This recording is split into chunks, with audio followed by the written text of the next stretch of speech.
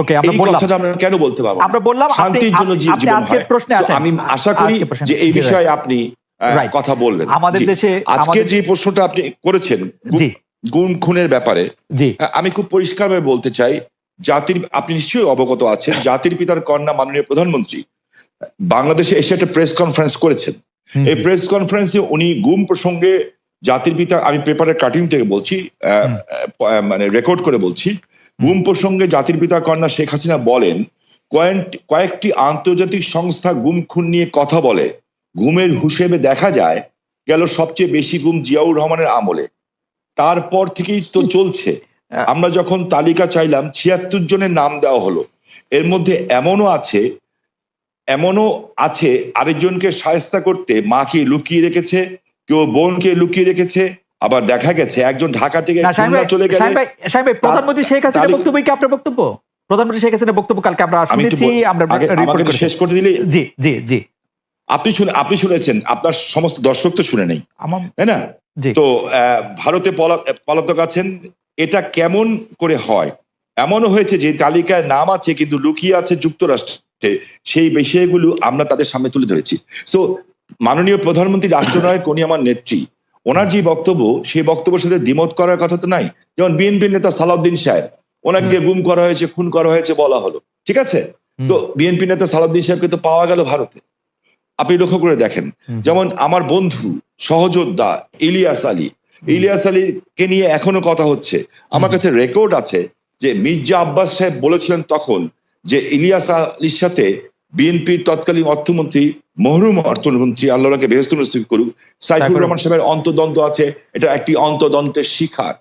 এই যে কথাগুলি আছে, সো কোনো জিনিস ফাইনালি না হওয়া পর্যন্ত, বিচার বিভাগ দ্বারা মূল্যায়িত না হওয়া পর্যন্ত আপনি তো বলতে পারি না যে who is guilty and who is রং।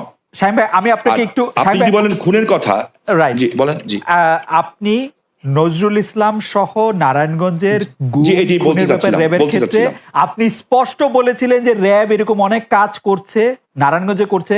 জি, সেটি আপনি একটু যদি বলেন যে আপনি এখনো এরকম মনে করেন। আমি বলতে চাচ্ছি, দেখেন, যখন নারায়ণগঞ্জে 7 মার্ডার হলো, আমি কিন্তু উইদিন 45 মিনিটসের মধ্যে, 45 মিনিটের মধ্যে দেশের সর্বোচ্চ জায়গায় আমি এই খবরটা পৌঁছেই দেই, কারণ আমার কাছে খবর এসেছিল যে এই ঘটনা র্যাব দ্বারা সংগঠিত হয়েছে, র্যাবের কিছু মানুষ দ্বারা সংগঠিত হয়েছে, এই মেজর আরিফ সহ এরকম যারা আছে, হ্যাঁ। এবং আমি বিষয়টাকে আগের থেকে আজ করছিলাম যে এরকম কিছু একটা ঘটনা ঘটতে পারে, বিকজ তারা ডিস্ট্র্যাক্ট হয়ে গেছিল, যেহেতু আমি এলাকার মানুষ, আমাকে সবকিছু খবর রাখতে হয়, এবং আমি স্বরাষ্ট্রমন্ত্রী মহোদয়কেও জানিয়েছিলাম বিষয়টা যে something is going on, but এত বড় দুর্ঘটনা হবে এটা আমি বুঝতে পারিনি। কিন্তু দেখেন, যখন এই ঘটনা ঘটলো, আমি কিন্তু আমার ভয়েস রেজ করেছি, এবং এই জন্য আমার জীবনের শঙ্কা ছিল, কিন্তু আমি সমর্থন পেয়েছি কার? আমি সমর্থন পেয়েছি জাতির পিতার কন্যা মাননীয় প্রধানমন্ত্রী শেখ হাসিনার। এবং তখন যখন র্যাবের যারা ঊর্ধ্বতন কর্মকর্তা ছিলেন, তারা আমাকে তখন ভুল বুঝেছিলেন, কিন্তু 48 ঘন্টা পার হতে হতে ওরা যখন তদন্ত করে দেখলেন যে আমার কথা সত্য, তার পরিণতিতে কিন্তু সাবজেক্ট এইটা যে খুন হয়েছে এটা সত্য, এটার চেয়েও বড় সত্য হচ্ছে এত বড় বড় উচ্চ পদস্থধারীরা এখনো কিন্তু জেলখানায় আছেন, এবং অনেকের যাবজ্জীবন হয়েছে, অনেকের ফাঁসি হয়েছে। শামীম ভাই, আপনাকে শুধু অপরাধ হবে, কিন্তু বিচার হবে কিনা সেটি দেখার বিষয়। শামীম ভাই, আপনাকে প্রশ্নটি করে রাখি, আমি ফারুক ভাইকে শুনে এসে আপনাকে শুনবো। প্রশ্নটি হচ্ছে যে আপনি নারায়ণগঞ্জের 7 মার্ডারের ক্ষেত্রে যেরকম ভয়েস রেজ করেছিলেন, আইন শৃঙ্খলা রক্ষাকারী বাহিনীর সর্বোচ্চ কর্মকর্তা যারা ওইখানে নারায়ণগঞ্জে ছিলেন তাদের সবার বিরুদ্ধে এরকম কোনো সিচুয়েশন আর এই গত 4-5 বছরে হয়েছে কিনা যে আপনি ভয়েস রেজ করতে পারতেন? জনাব শামীম ওসমান, আপনার নিশ্চয়ই মনে আসে একরামুল বলে চট্টগ্রামের একজন কাউন্সিলর, তার মেয়ে যখন বলছিল বাবা তুমি কান্না করছো যে, এবং তারপরে যখন তাকে গুলি করে হত্যা শব্দ আমরা শুনলাম, সেই সময়ের মধ্যে কিন্তু আমরা অনেকেই বলছিলাম যে এইখানেই এটি শেষ হওয়া উচিত, কিন্তু এটি আসলে শেষ হয় নাই। জনাব শামীম ওসমান। জি, আমি আপনার সাথে 100% একমত। আমি কোনো অবস্থাতে একজন মানুষ হিসাবে, পৃথিবীর 800 কোটি মানুষও যদি চায় একজন মৃত মানুষকে জাগিয়ে তুলবে, তা তো জাগিয়ে তুলতে পারবে না, তাই না? তো একজন মানুষকে আমি গুম করে দিব, খুন করে দিব, এই বিষয়টাকে আমি একজন মানুষ হিসাবে, আমি যদি মৃত্যু হয়ে যায় আমার, আমি কোনোদিন এটাকে সাপোর্ট করব না। এবং অতীতে কে কি করেছে সেই জন্য আমাকে একই পথে চলতে হবে, আমি সেটাকেও মনে করি না। আমি আমি আমি আমাদের সজীব ওদের জয় একটা ফেসবুকে এই যে আমেরিকা গত 2 দিন আগে একটা স্ট্যাটাস দিয়েছেন, 3-4 দিন আগে। বিএনপি জামাতের সরকারের 100 দিনের সন্ত্রাসী কার্যকলাপে নিহতের সংখ্যা ছিল 100 দিন, মাত্র 100। এবং যা দিয়েছেন উনি সব কয়টা হলো মিডিয়ার থেকে নেওয়া। আমার হাতে কাগজগুলি আছে এবং এগুলি সব মিডিয়ার থেকে দেওয়া। এবং উনি ওইখানে বলেছেন 100 দিনে নিহতের সংখ্যা ছিল 1200, ধর্ষণের ঘটনা গড়ে প্রতিদিন 4টি, খুনের সংখ্যা গড়ে প্রতিদিন 6 জন। থানার ওসিও নিজের জান বাঁচাতে জিডি করেছিলেন। হ্যাঁ, এখন আমি এই কথা দিয়ে এটা প্রমাণ করতে চাই না যে ওনারা করেছেন দেখে আমাকে করতে হবে, এটা আমি বলতে চাই না। অফকোর্স ইলিয়াস আহমেদ চৌধুরীকে আমি চাই রাষ্ট্রের দায়িত্ব, কিন্তু সাহেব বিএনপির কথা এখানে না থাক, আপনি আমাকে বলেন তো যে গত 20 বছরের মধ্যে এরকম কখনো হয়েছে যে আন্তর্জাতিকভাবে বাংলাদেশকে যারা বাহিনী আছে তাদেরকে এই গুম খুন তারপরে হচ্ছে বিচার বহির্ভূত হত্যাকাণ্ড তাদের জন্য আসলে স্যাংশন দেওয়া হয়েছে, প্রশ্ন তুলেছে, এরকম 20 বছরের মধ্যে এরকম ঘটনা কখনো ঘটেছে নাকি আন্তর্জাতিক সম্প্রদায়? এইটার উত্তর কিন্তু আমাদের সাবেক আইজিপি সাহেব, আপনি যে প্রশ্ন করেছেন, ডক্টর বেনজির আহমেদ, উনি কিন্তু খুব আমেরিকাতে বসেই এই প্রশ্ন উত্তর দিয়েছেন এবং উনি 3টা লবিস্ট ফার্মের নামও বলেছেন এবং এই লবিস্ট ফার্মের মাধ্যমে কিভাবে এই তথ্য বিকৃত করা হয়েছে সেই কথাটাও কিন্তু উনি বলেছেন।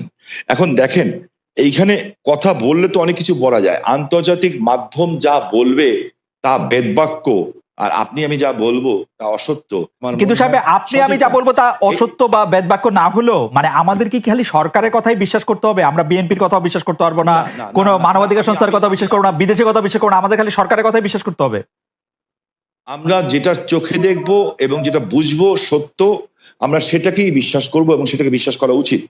আমি আপনাকে একটা জিনিস স্পেসিফিক্যালি বলতে চাই খুব পরিষ্কার ভাবে, আমি একজন হিউম্যান বিং হিসাবে আমি কোনো ধরনের হত্যাকাণ্ডকে আমি সমর্থন করি না এবং করা উচিত, তাহলে আমি মানুষ হিসেবেই গণ্য হব না।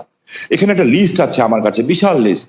আমাদের IB Rahman, SM Kibria, Asadullah master, Momtaz ভাই, গোপাল কৃষ্ণ মুহুরী, অধ্যাপক হুমায়ুন আজাদ, অধ্যাপক ইউনুস, এরকম দেশ বরেণ্য ব্যক্তিদের নামের লিস্ট আছে আমার কাছে এখানে প্রচুর, যেগুলি এবং ইভেনচুয়ালি ফারুক ভাইদের সময় ব্রিটিশ হাই কমিশনার যখন শাহজালাল বাবার মাজারে গেছিলেন, ওনার উপরে বম ব্লাস্ট হয়েছিল, ওখানে কিন্তু মানুষ মারা গেছিল। কিন্তু সাহেব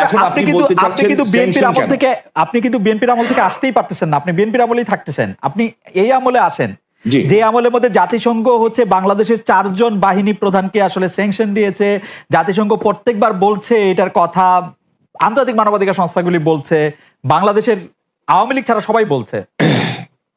ওকে, এখন যখন ব্যাপারটা এরকম দাঁড়ায় যে অনেক ক্ষেত্রে আপনি শুনেন যে সরকারের পক্ষ থেকে বিএনপির অনেক সমালোচনা করা হয় এবং কেউ কেউ এরকম বলতে চেষ্টা করেন যে বিএনপি কোনো কোনো ক্ষেত্রে আওয়ামী লীগের সাথে মিলেও আসলে এই সরকারকে একটু চাপে রাখতে চায়, সেই ব্যাপারটাকে তাহলে আপনি আসলে কিভাবে দেখেন? কারণ আপনি দেখুন, আমি খুব খুশি হতাম আপনি যদি মোর পলিটিক্যাল সাইড গুলোতে যেতেন। জি, আপনি এমন কতগুলো ব্যাপার নিয়ে আসছেন যে বিষয়গুলো কিন্তু আপনার আমি মনে করি যে এই মুহূর্তে এই দেশের জন্য এই বিষয়গুলো খুব একটা ইম্পর্টেন্ট না, বরঞ্চ ক্ষতিকর। ওকে, আমি খুব কিছু ক্যাটেগরিক্যালি বলতে চাই আপনাকে যে এখন আমাদের সামনে যে বিষয়টা সবচেয়ে বড় প্রয়োজন সেটা হচ্ছে যে একদম পিসফুল ট্রানজিশন টু ডেমোক্রেসি।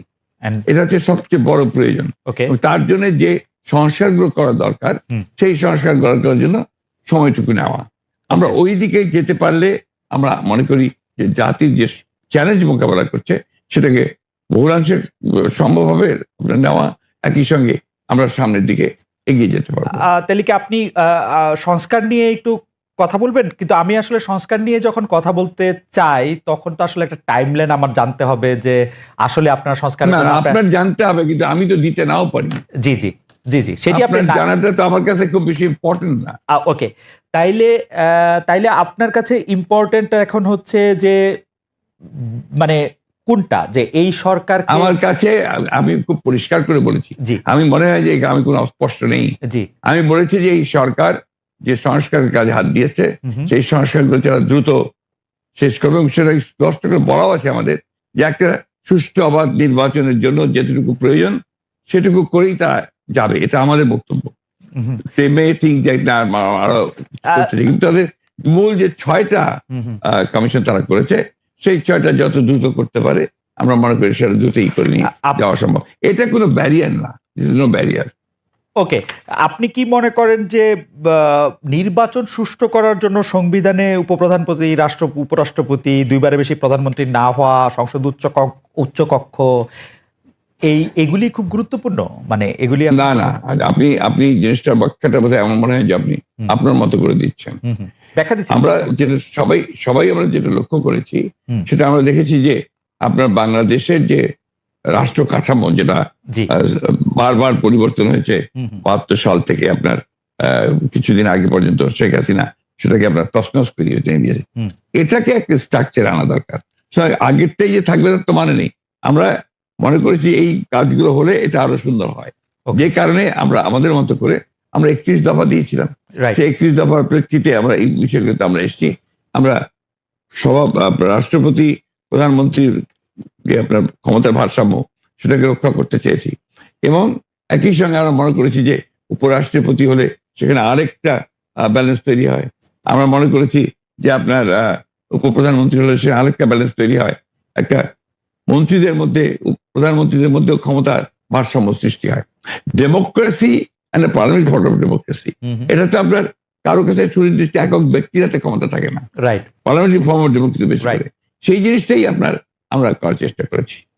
আপনি আসলে এটি আমাদের স্বীকার করতেই হবে যে আপনি বরাবরই এই ব্যাপারে কনসিস্টেন্ট। আপনি সারা এই ব্যাপারটি এমন কি অগস্টে শেখ হাসিনা পালিয়ে যাওয়ার পর সেই অগাস্ট থেকে আপনি বলে আসছেন যে আওয়ামী লীগকে বাদ রেখে নিষিদ্ধ করে নির্বাচন, গণতন্ত্র ঠিকঠাক চর্চা হবে না। আমি প্যারাফ্রেজ করছি, correct me if I am রং। প্রধান উপদেষ্টা ডক্টর মোহাম্মদ ইউনূসও সম্প্রতি সরাসরি বলেছেন বিএনপি যেহেতু চায় না সেহেতু আওয়ামী লীগকে নিয়েই নির্বাচন হবে। আওয়ামী লীগ নিয়ে আপনাদের এই অবস্থানের কারণ কি? প্রতিপক্ষের নিষ্ক্রিয়তার আমার মনে হয় এই জায়গায় বলতে আমি বাধ্য হচ্ছি, যে প্রফেসর ইউনূস সাহেব সঠিক, আমরা যেটা বলেছি সেটা সঠিকভাবে তিনি প্রেজেন্ট করেন নাই। কারণ আমরা চাই, এ কথা আমরা কোথাও বলিনি। আমরা বারবার একটা কথাই বলে এসেছি যে আওয়ামী লীগ একটা রাজনৈতিক দল, সে রাজনীতিতে থাকবে কিনা, নির্বাচন করবে কিনা, it will be decided by the people, not by any particular political party. আমি একটা রাজনৈতিক দল, আওয়ামী লীগ একটা রাজনৈতিক দল। আমি মনে করি এটা আমাদের জন্য শোভনীয় নয়, শালীন নয় যে আরেকটা দল থাকবে কি থাকবে সেই সম্পর্কে কমেন্ট করা। ওকে, পরিষ্কার। নির্বাচনেই সিদ্ধান্ত হবে যে আওয়ামী লীগ থাকবে কি থাকবে না। তাহলে হচ্ছে যে আপনাদের সাথে এইটা নিয়ে ডক্টর ইউনূসের আসলে সেই অর্থে কথা হয় না। আপনি বললেন যে সেটা আসলে হয়তো ওনার কাছে ভুল উপস্থাপন করা হয়েছে বা উনি ভুল বুঝেছেন। আমি জানি না উনি কিভাবে বলেছেন, এটা ওনার বক্তব্য, কিন্তু আমরা এই ধরনের কোনো বক্তব্য দেইনি। দর্শকদের মধ্যে অনেকেই একটি প্রশ্ন করছেন, একটু যেটি হচ্ছে যে আপনি গত 15 বছরের, বা যদি আমি বলি যে শেষ 7-8 বছরে আপনি অনেক বেশি যার সাথে মাঠের রাজনীতিতে আপনার কথার লড়াই হয়েছে, সে ওবায়দুল কাদের সাহেব একবার বলেছিলেন যে আপনার বাসায় গিয়ে উঠবেন এবং উনি এখন কোথায় আছেন সেটি জানেন না। আপনি জানেন কিনা এটি কেউ জানতে চাইছেন। আমি এই ধরনের আপনার কাছে আশ্রয় চেয়েছিলেন কিনা তিনি, আর কি প্রশ্নটা অনেকটা। আমি এই ধরনের প্রশ্নের উত্তর দেই না। ওকে, এটাকে আমি মনে করি যে রাজনীতিটা এটা খুব ইম্পর্টেন্ট না। ওকে, ঠিক আছে, আমি নেক্সট প্রশ্নে যাওয়ার আগে আসলে আপনার একটি কোট নিয়ে আমরা দর্শকদের কাছে জানতে চাইছিলাম যে সংবিধান সংস্কার হতে হলে নির্বাচিত সংসদ দরকার বলেছিলেন জনাব মির্জা ফখরুল ইসলাম আলমগীর। এই অবস্থান সঠিক বলে মনে করেন কিনা? এই অবস্থান সঠিক বলে মনে করছেন শতকরা 35% দর্শক, শতকরা 65% দর্শক মনে করছেন যে এই অবস্থান সঠিক নয়। 75,000 দর্শকের মধ্যে ভোট দিয়েছেন। আপনি এটি নিয়ে মন্তব্য করলেও করতে পারেন। অনেকেই মনে করছেন যে আগে সংস্কার হওয়া উচিত, পরে নির্বাচন হওয়া উচিত। এই ব্যাপারটিতে কি আপনার কাছে মনে হয় যে এটিতে আসলে কোন একটা রেফারেন্ডাম দেওয়া উচিত, বা এটি আসলে? দেখুন, রেফারেন্ডাম দিলেও তো আপনার কনস্টিটিউশন অ্যাসেম্বলি লাগবে। রেফারেন্ডাম দিবে কে? আপনার মূল জায়গাগুলোতে আপনার ওইভাবে আলোচনা করতে আসলে না, আপনার যে আসলে এই সিদ্ধান্তগুলো নিতে হবে তো একটা ইলেক্টেড বডি, রাইট? সেই ইলেক্টেড বডি কনস্টিটিউশন অ্যাসেম্বলি হতে পারে, পার্লামেন্ট হতে পারে। আপনি সংবিধান যখন আপনি পাস করবেন, সেই সংবিধান পাসটা করবে কে করবে? Who is the authority? সংবিধান নিয়ে যখন কথা উঠলো তখন আরেকটা জনপ্রিয় কথা এরকম যে এই সরকারের আসলে সংবিধানের এত অনুগামী হওয়া দরকার ছিল না যে আসলে সংবিধানটাকে, আপনি কি এটা কেন সরকারের সংবিধান নিয়ে অনুগামী হওয়া দরকার ছিল না কেন? কারণ এটি ফেসিস্ট হাসিনার সংবিধান, মানে যারা যেটি বলছেন সেটির কথা আমি বললাম আর কি। না, বিষয়টা তো হচ্ছে কি, ফ্যাসিস্টের সংবিধানকে আপনি বিপ্লব করে উড়িয়ে দেন, বাতিল করে দেন, সেটা আপনারা করেন নাই। সেটা তো এই সরকার করে নাই, বা তারা করতে পারে নাই। এটা যদি আপনার বাতিল করে দিত, সংবিধানকে উড়িয়ে দিত, একটা বিপ্লবী সরকার গঠন করতো, তাহলে এই প্রশ্নগুলো আসতো। এখন এই প্রশ্নগুলো অবান্তর। এখন এই প্রশ্নগুলো করা মানেই হচ্ছে আপনার পিছন দিকে চলে যাওয়া এবং এটাকে ড্র্যাগ করা। আমি মনে করি এই আলোচনাগুলো খুব বেশি প্রয়োজন নেই। আচ্ছা, শুধু একটু এটা জানতে চাই যে এটা যে আসলে ওরা বিপ্লবী সরকার করতে পারলো না, তখন যে সংবিধানটাকে উড়াই দিতে পারলো, এর পিছনে কি কোনো কারণ আছে? আপনাদের কোনো পরামর্শ আছে বা ডক্টর? আমি জানি না, তাদের তো আসলে একটা জিনিস আপনারা কেন ভুল করছেন। যখন এই আপনার এই বিপ্লব হয়, তখন কি ছাত্রদেরই বা আপনার কোন রকমের একটা অর্গানাইজ পলিটিক্যাল পার্টি, দেখেন একটা বিপ্লব করতে হলে একটা বিপ্লবী সংগঠন দরকার, বিপ্লব করতে হলে একটা বিপ্লবী সেনাবাহিনী দরকার। এই বিষয়গুলোতে আমরা সবাই যা যা খুশি বলে যাচ্ছি, যার যেমন খুশি। এটা ঠিক না তো। আপনার বাস্তবতা সব কথা বলতে হবে, তাত্ত্বিক কথার সঙ্গে সঙ্গে বাস্তবতা থাকতে হবে তো।